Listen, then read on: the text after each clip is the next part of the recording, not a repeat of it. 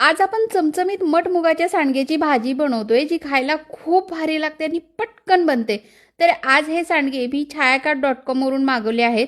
बऱ्याच माझ्या मैत्रिणींना उन्हाळी वाळवण करायला वेळ नसतो किंवा जागेअभावी त्या बनवू शकत नाहीत. तर छायाकार्ट.com वरचे सर्व पदार्थ हे आपल्या आई आजींनी बनवलेल्या चवीचेच असतात. यामध्ये 700हून अधिक गृह उद्योग करणाऱ्या महिलांची हजाराहून अधिक उत्पादने उपलब्ध आहेत. थोड्या तेलावर सांडगे भाजून बाजूला काढून घ्यायचे. पुन्हा कढईमध्ये तेल गरम करून मोहरी, जिरं, कढीपत्त्याची फोडणी करायची. कांदा घालून सॉफ्ट होईपर्यंत परतून घ्यायचा.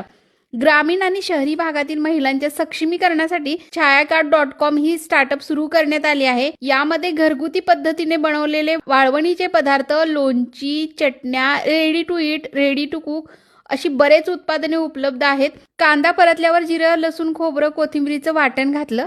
ते थोडा वेळ परतून नंतर हळद आणि घरगुती चटणी घालून परतून घेतलं. टोमॅटो, मीठ घालून सॉफ्ट होईपर्यंत परतायचे. सांडगे घालून 2 मिनिटं मिक्स करून घ्यायचे. गरजेनुसार गरम पाणी घालायचं, शिजवून घ्या.